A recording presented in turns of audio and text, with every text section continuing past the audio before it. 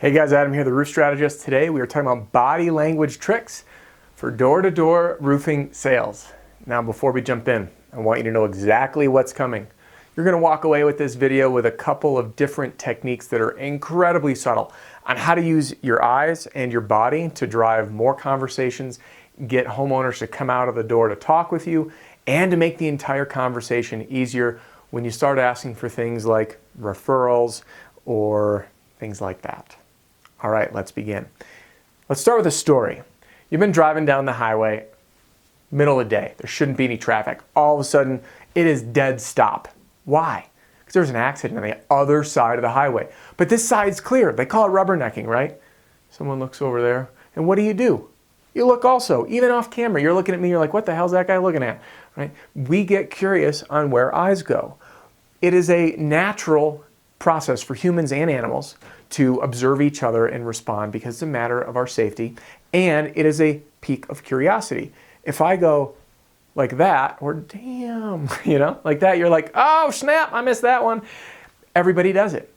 And these little tricks you can use, not manipulatively, by the way, nothing on this.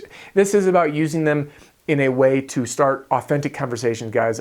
You don't want to be using this stuff for evil. So please, just so that's out of the way. Now I want to get into how I use these little tricks. One is to get homeowners to come out of the house. We've all had it. You knock on the door and then all of a sudden they're like, hello, we're not interested.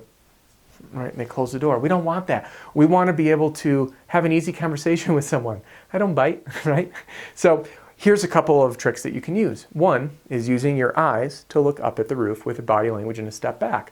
Let's say you're stopping by because you notice something, right? We've all done it. It makes door knocking so much easier. Like, hey, I see a shingle's been blown off. So many people in sales, when door to door, they'll be like, oh, hey, Mr. Homeowner, I stopped by because I saw a shingle was blown off on your roof.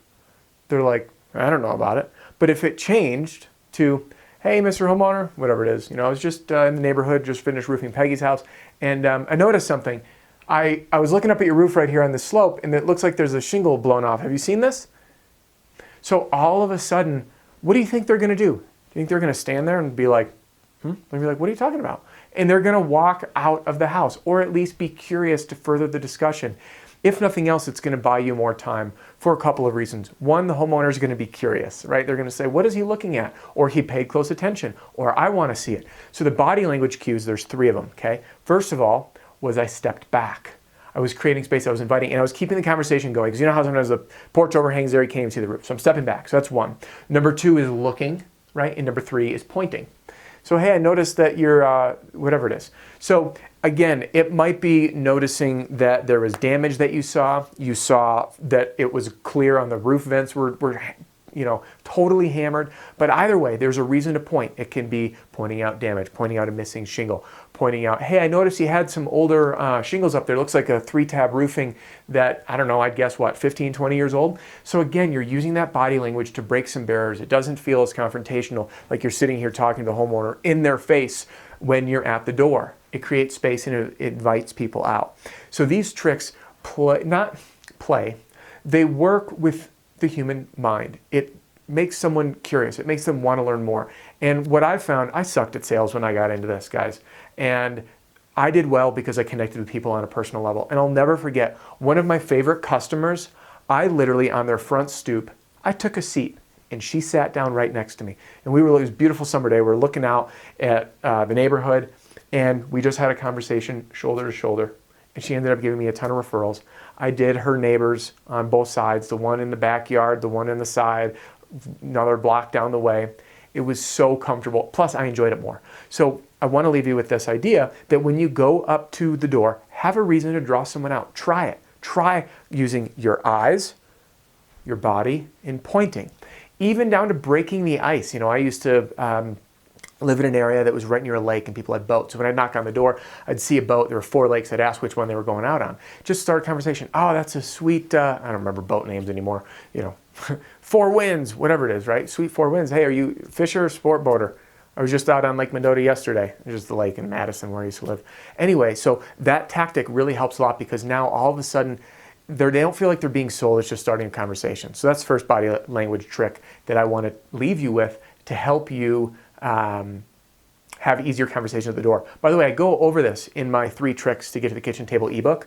Download the ebook for free. There's a link in the description. You're going to get 11 follow-up emails with little micro tactics to teach you some of these little body language tricks and other little hacks I've learned that make a really, really big difference. Sometimes that small little change can help take your sales to the next level, close more deals, get happier customers, get more referrals, make door knocking easier, whatever it is. So anyway, you can download that ebook down there if you'd like, and it's free. So the other one is a body language trick when it comes to asking for information, asking for referrals. I did an entire video on this that you're welcome to watch, but I always keep a pen here, and there's a few different ways I like to use one of my favorite sayings. Do you have any objection if I... and then the question. Now, the reason I phrase, do you have any objection, is, think about this. I show up at your door and say, hey, do you mind if I hop up on your roof? No, right? Your knee jerk is no. But if I say, do you have any objection? If I grab my ladder, hop up on your roof, take a few pictures and show you what I find, and I'll leave it at that. I'll show you what I find, and we can talk next steps from there. You'll either know that you have no damage, or your roof's in good shape, or what your options are moving forward. Sound fair? Cool. So you'll notice, even when talking to the camera, I am not sitting here bladed straight up against you, okay? I am blading my stance.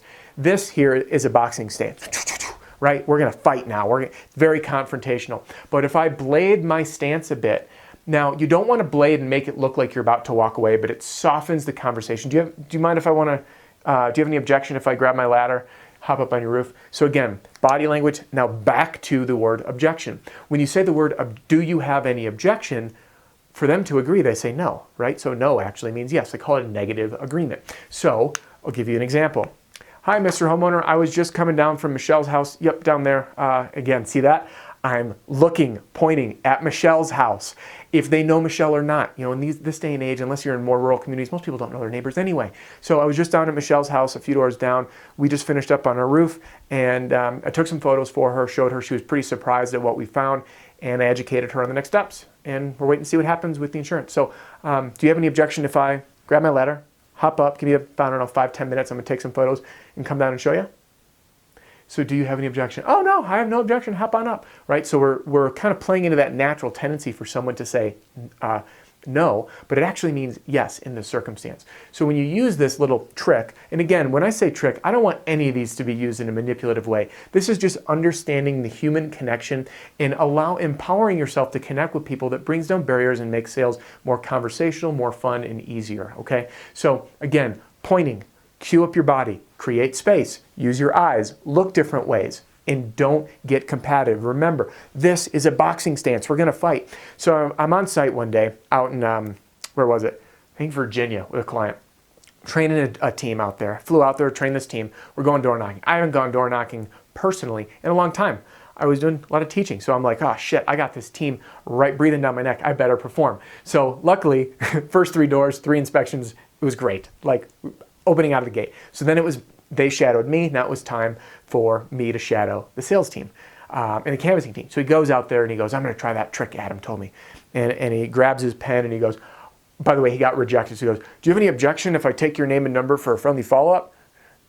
And she's like, yeah, I do. No. And then we're walking back to the truck and his name was Cody. Different Cody than another Cody I mentioned. And he goes, Adam, that doesn't work. I don't believe it. And I'm like, Cody, you basically had boxing gloves on. You got to blade your stance, soften your language, turn, right? So all of these things go hand in hand. And then the next door, he got rejected. She says, hey, leave a business card. I'll call you if I'm interested. And he says, tell you what, do you have any objection if I just take your name and number for a friendly follow-up in a few days? So again, he had his pen here. Well, I always teach having your pen in there. It's just handy. You always have it. You got your clipboard or whatever it is. Here's one. Here's my, I do a lot of handwritten notes still. So I got my little clipboard and I say, hey, do you have any objection if I take your name and number for a friendly follow-up in a few days? And I just look down. Again, looking down at the paper and I'm waiting, and all I'm doing is waiting. First to speak loses, right? The rule in sales. And you'll more often than not get a yes. You can turn a no into an easy yes. By the way, I've closed deals that way. People with the classic, oh, just give me your business card, I'll call you if I'm interested. That's just an easy way to say no. So take control. You know what, I actually don't have a business card. Do you have any objection if I take your name and number for friendly follow-up? Natural answer is no, and then they start giving it to you. So when they say no, you just wait. I've turned those no's into deals because of body language and that little trick of, do you have any objection? All right, any questions? Drop those questions in the comments below. Now, if you like this video, please click thumbs up. That tells me that you like it, and I can make more videos just like this that are going to help you. You can also put video suggestions down in the comments. Now, if you want to take a look at how I get to the kitchen table, you can download my free ebook and email course called 3 Tricks to Get to the Kitchen Table. There's a link in the description below. And there's also a link to my marketing battle pack. It's a plug and play series of marketing material that you download, you plug in your information, you click print, you can start using this stuff immediately. And all the information's on the next page, what's included, including a whole wall of testimonials so you can see what kind of results guys are having using this stuff. So that's all for now. Thanks for joining me. And hey, sales teams, owners and salespeople, share these videos, pass it along with a colleague. I've gotten a few comments back that now these videos are streaming inside sales meetings. And teams are jumping into the 30-day sales challenge. There's a link, it's free to join, by the way, in the description below. So thanks for joining me. And remember, use those body language tricks. Your eyes to look, so their curiosity looks up. Your body language to create space and soften the sale. Remember to not keep your shoulders bladed up because this is a fighting stance. So just open up. Be warm, like you're walking down the street having a conversation with an old friend, right? And again, pointing, because it piques people's curiosity to draw them out. Have fun with those sales, connect with authenticity, serve your clients and customers with heart, care, and you will win more business. Thanks for joining me, guys. We'll see you in the next one.